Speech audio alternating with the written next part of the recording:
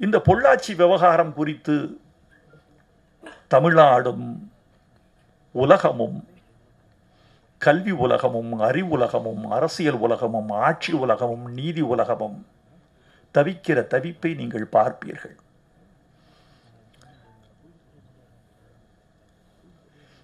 இது குறித்து நான் பெரிதும் கவலை உறுகிறேன்.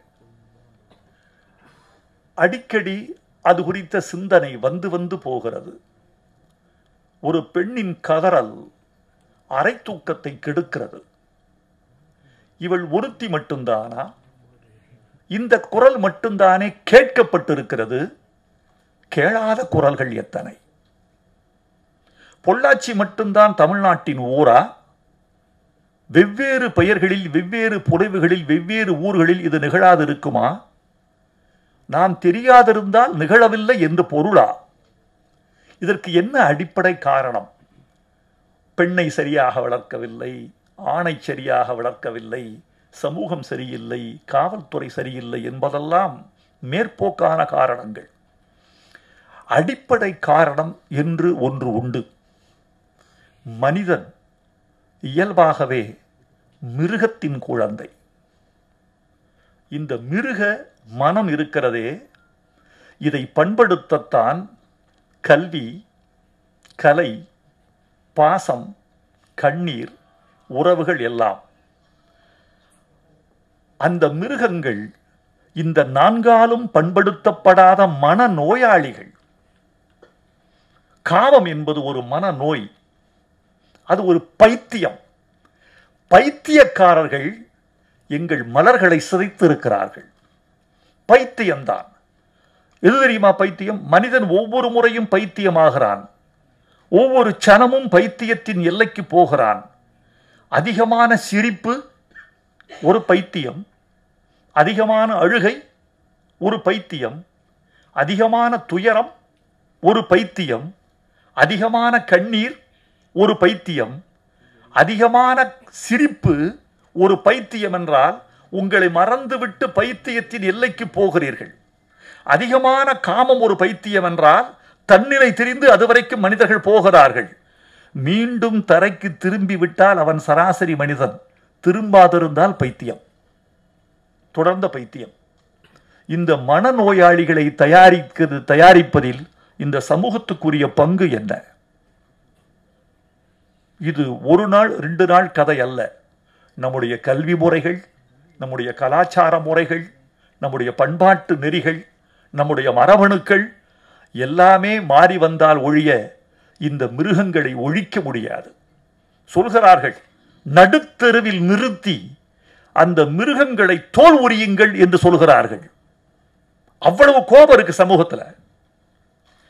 நம்பி வந்த பொண்ணு இல்லையாடா ராஸ், நம்பி வந்தவள் அல்லவா?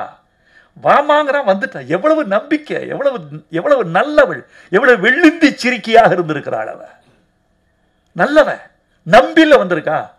நம்பி வந்தவளை துரோகம் செய்து வஞ்சித்து ஒரு கொடுமை நடந்திருக்கிறது என்றால் அந்த மனநோயாளிகளை என்ன செய்வது? நடுத்தெருவி நிறுத்தி தோல் உரியுங்கள் என்று சில பேர் சொல்கிறார்கள். அது தற்காலிக தண்டனை. நிரந்தர தண்டனை அவர்களின் மனங்களில் உள்ள மிருகத்தோலை உரிக்க வேண்டும். அதுதான் நம்ம கலை செய்யுது, உன் படம் செய்யுது, என் தமிழ் செய்யுது, நம்ம இசை செய்யுது, நம்ம நடனம் செய்யுது, நம்ம கதைகள் காவியங்கள் செய்கின்றன. இதைத்தான் இந்த சமூகத்துக்கான செய்தியாக நான் சொல்ல விழைகிறேன். சமூகத்தின் மனிதர்களுக்குள் இருக்கும் மிருகத்தோலை உரிப்பதற்கு ஒவ்வொரு கலைஞனுக்கும் கலைக்கும் பங்கு, பொறுப்பு இருக்கிறது என்று நான் நம்புகிறேன். அதைத்தான் செய்ய வேண்டும். அந்த செயலில் ஒரு பகுதியை நெடுநல் வாடை செய்திருக்கிறது. ஈரத்தை காட்டுகிறது, தியாகத்தை சுட்டுகிறது, ஒரு கண்ணீரை சொட்ட வைத்து அவனை மனித நிலைக்கு, மனித தரைக்கு இழுத்து வந்திருக்கிறது. இதெல்லாம் செய்கிற போதுதான் மனித வாழ்க்கையில் இன்னும் பற்று வருகிறது, பிடிப்பு வருகிறது, ஈரம் வருகிறது. அந்த ஈரத்தை நெடுநல் வாடை தந்திருக்கிறது. நான் இதில் பணியாற்றிய ஒவ்வொருவரையும் பாராட்ட விழைகிறேன். ஒன்று சொல்லட்டுமா? இந்த படம் சிறந்த படம் என்று எனக்கு தெரியும். இந்த படம் வணிக ரீதியாக வெற்றி பெறுமா என்ற சந்தேகம் எனக்கு இருந்தது. இன்றைக்கு நல்ல படம் ஒன்று வணிக ரீதியாகவும் போதிய வெற்றியை தொட்டிருக்கிறது என்று சொன்னால் என் ஊடக சகோதரர்களே, உங்களால் வந்த வெற்றி, அடையாளம் காட்டின வெற்றி. நான் ஊடகங்களின் குழந்தை, ஊடகங்களில் நான் இல்லை. என்னை பொறுத்தவரை என்னுடைய எழுத்து, இப்போ சொன்னீங்களே கருவாச்சி காவியம், கள்ளிக்காட்டு இதிகாசம், தண்ணீர் தேசம், 3 சொன்னீங்களே தம்பி, 3மே ஆனந்த விடநிலையில் நான் இல்லை. நான் ஒரு நிமிஷத்தை எல்லாம் பொண்ணுக்கு விற்கிற ஒரு வேலை செய்கிற நான் எப்படி தொடர்ச்சியாக நாவல் எழுத முடியும்? நான் கி ராஜநாராயணன் மாதிரியோ, ஜெயகாந்தன் மாதிரியோ, புதுமைப்பித்தர் மாதிரியோ, தி ஜானகிராமன் மாதிரியோ முழு நேரமாக நாவலாசிரியனோ சிறுகதை ஆசிரியனோ அல்லன். நான் அடிப்படையில் ஒரு கவிஞன். பாட்டு எழுதுவதில் சுகம் காண்கிறவன், பாட்டு எழுதுகிறதில் லாபம் காண்கிறவன், பாட்டு எழுதுவதில் நேரத்தை மிச்சப்படுத்துகிறவன். வசனம் எழுதுவதற்கு வந்த வாய்ப்புகளை எல்லாம் தட்டிவிட்டேன். காரணம், பாட்டுக்கு எனக்கு 1 மணி நேரம் போதும், வசனத்துக்கு 3 மாசம் உங்க கூடவே நான் சுத்தணும். லொக்கேஷன்ல இருந்து ஓடி வந்து இன்னொரு திருத்தம் கேட்டுட்டு இருப்பீங்க, நான் என் பொழப்பு போயிடும். அதனால வசனம் வேணான்னு நினைக்கிறேன். அப்படிப்பட்ட என்னை தொடர்ச்சியாக எழுத வைத்தது பத்திரிகைகள். இந்த வாரம் 40 வாரம் பிளான் பண்ண, 1 வாரம் கூட வந்து தவிர்க்க கூடாது. கண்டிப்பா ரசிகன் எதிர்பார்ப்பான், கண்டிப்பா பத்திரிகை நிறுவனம் எதிர்பார்க்கும். நான் எழுதாமல் இருக்க முடியாது. எழுத முடியாத சூழலில் இருந்த என்னை கட்டாயம் எழுது என்று பணித்தவை பத்திரிகைகள். பத்திரிகை இல்லை என்றால் இந்த நாவல்கள் இல்லை, குமுதம் இல்லை என்றால் பெய்யன பெய்யும் மழை இல்லை, இது சிறுகதைகள் இல்லை, குங்குமம் இல்லை என்றால் இதுவரை நான் இல்லை, நம்ம பாக்கியா இல்லை என்றால் இந்த குளத்தில் கல்லறிந்தவர்கள் இல்லை, ராணி இல்லை என்றால் காவி நிறத்தில் ஒரு காதல் இல்லை. இதெல்லாம் அந்த பத்திரிகையில் நமக்கு கமிட்மெண்ட். எனக்கு நிஜமா சொல்ல போனா இந்த காகிதம் என்ற இந்த ஊடகம் வெகு விரைவில் அழிந்து போகும் என்ற ஒரு விஞ்ஞான மிரட்டல் இருப்பதை பார்த்து நான் அஞ்சினேன். நீங்க பிளாக்கெல்லாம் போட்டுலாம் பெரிய படைப்பாளருக்கு சரியா வராது, இந்த மீடியா மாதிரி வராது. எனக்கு காகிதம் அழியக்கூடாது என்று தவம் இருக்கிறவர்களில் நானும் ஒருவன். இந்த சுகமே தனி. எனவே நாளைக்கு மின் ஊடகங்கள் மாறினாலும் கூட காகிதம் என்ற கடைசி ஊடகத்தை இழந்துவிட நான் தயாராக இல்லை. என் தலைமுறை வரைக்குமாக இந்த காகிதத்தை நான் இழந்துவிடக் கூடாது என்று நான் விரும்புகிறேன். இதில் செல்வக்கண்ணன் கருவாத்தேவராக நடித்த பூ ராமுவுக்கு நிச்சயமாக மாநில விருதாவது கிடைக்க வேண்டும் என்று நான் வாழ்த்துகிறேன். இளங்கோ, எனக்கு தெரியாது தம்பி, உங்களை நான் வாழ்த்தி இருக்கிறேன் என்று எனக்கு தெரியாது. என் வாழ்த்துக்களால் ஒன்றும் நீங்கள் நடிகராகவில்லை. நான் வாழ்த்தியவர்களில் ஒருவன் நடிகராகிவிட்டான். உங்களுக்கு அந்த திறமை இருந்திருக்கிறது. அமுதாவாக வந்த அஞ்சலி, நான் ரொம்ப actually I astonished madam, actually I astonished your acting. ரொம்ப ஆச்சரியம். ஒரு மொழி தெரியாது. இந்த மொழி வந்து இந்த பெண் வந்து ஒரு மலையாளியாக பிறந்து வடநாட்டில் வளர்ந்த பெண் என்று செல்வக்கண்ணன் சொல்லுகிறார். திருநெல்வேலியில் இருந்த ஒரு பக்கா வெள்ளிந்தி தமிழச்சி எப்படி இருப்பாளோ அப்படி இருந்தது அந்த பொண்ணு. அதுக்கு காரணம் செல்வக்கண்ணன். அந்த பெண்ணை நீங்கள் நிறம் மாற்றி இருக்கிறீர்கள். நிறம் மாற்றி அந்த பெண்ணுக்கு ஒரு கலை ஊட்டி வசனத்தை சொல்லி கொடுத்து அந்த பாவத்தை சொல்லி கொடுத்து அந்த துள்ளல் இருக்குல்ல, அந்த துள்ளல் அந்த கேரக்டர். அது நம்முடைய இசை ஜோஸ் பிராங்க்லின். ரொம்ப ஆச்சரியம் தம்பி, உங்களை வந்து இன்னைக்கு ஒரு பத்திரிகையில் குமுதம் நினைக்கிறேன், இளையராஜாவினுடைய வாசனை இருக்கிறது என்று உங்கள் இசையை சொல்லியிருக்கிறார்கள். அது உங்களுக்கு வாழ்த்துதான்.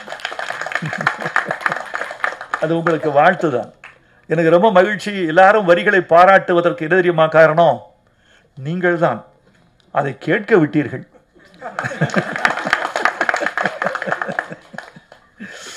ஒளிப்பதிவு வினோத் ரத்னசாமி கண்ணில் ஒத்திக்கலாம்.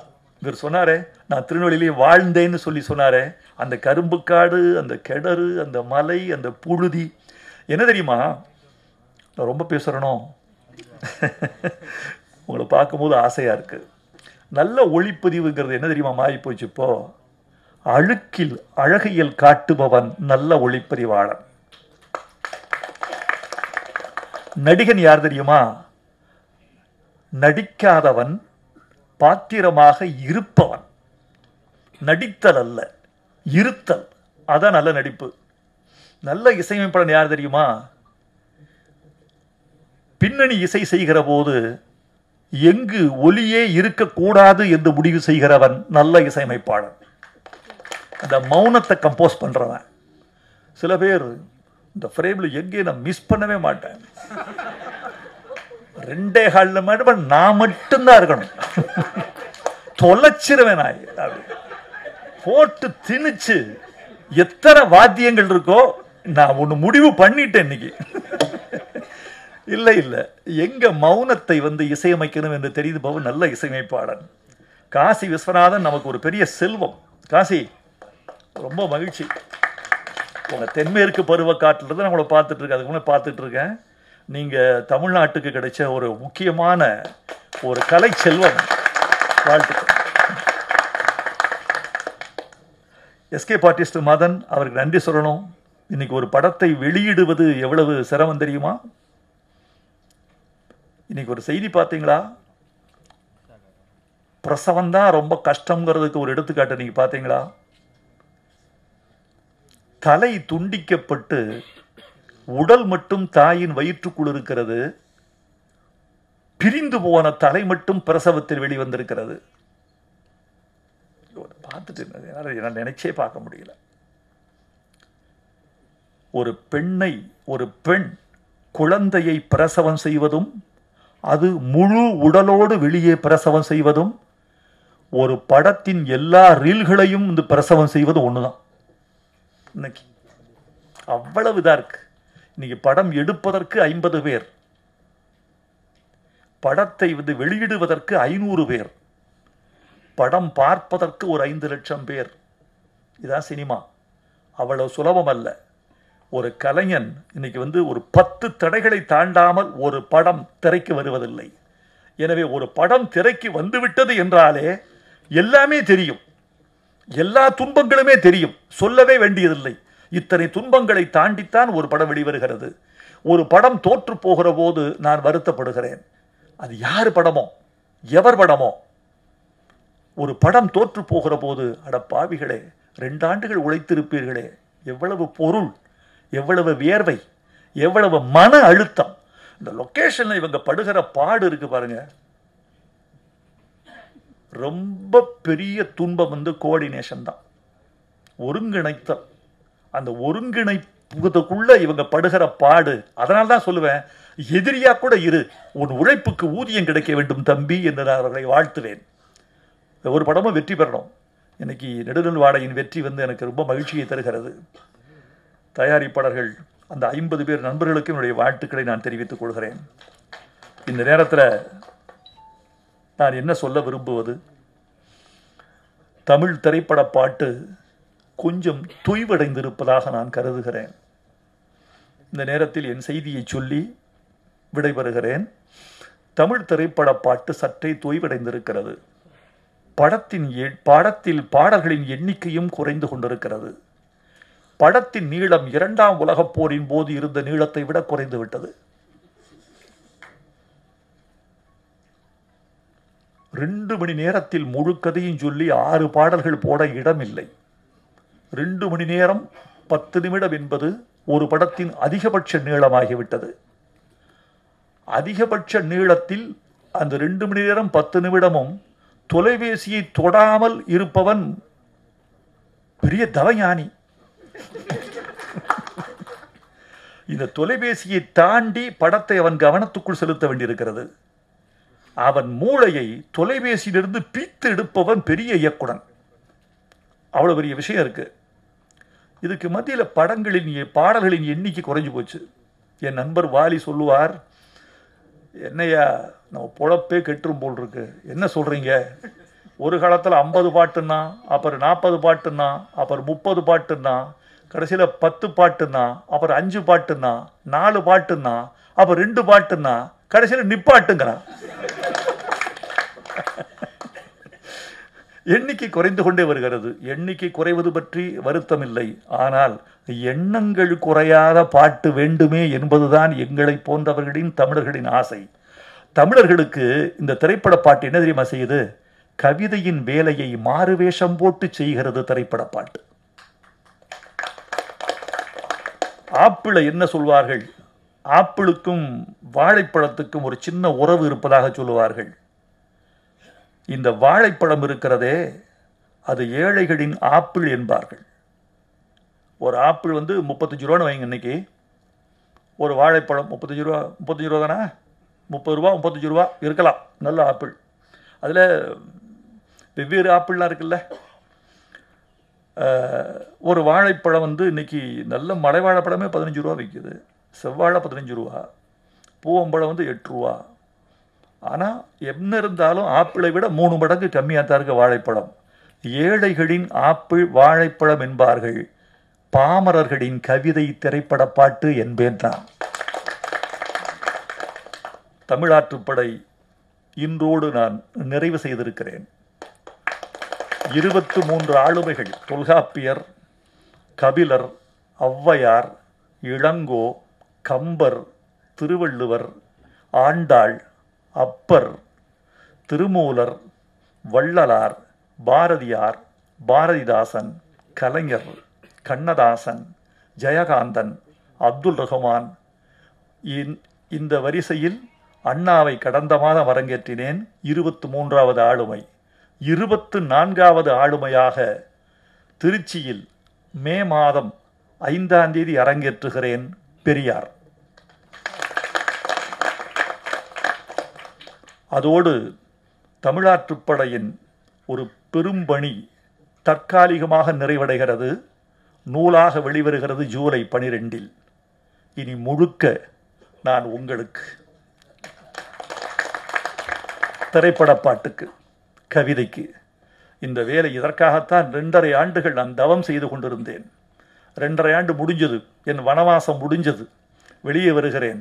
திருப்பி திரைப்பட பாட்டு எழுத வேண்டும் என்று ஆசைப்படுகிறேன். திரைப்பட பாட்டுக்கு நல்ல நண்பர்கள் கை கொடுத்தால் இன்னும் அதன் உயரத்தை கூட்ட வேண்டும் என்று விரும்புகிறேன். அனுபவத்தாலும் மொழியாலும் வாழ்க்கை செழித்து கிடக்கிறது. இந்த செழிப்பை தமிழர்களுக்கே தாரை வார்க்க வேண்டும் என்று நான் விரும்புகிறேன்.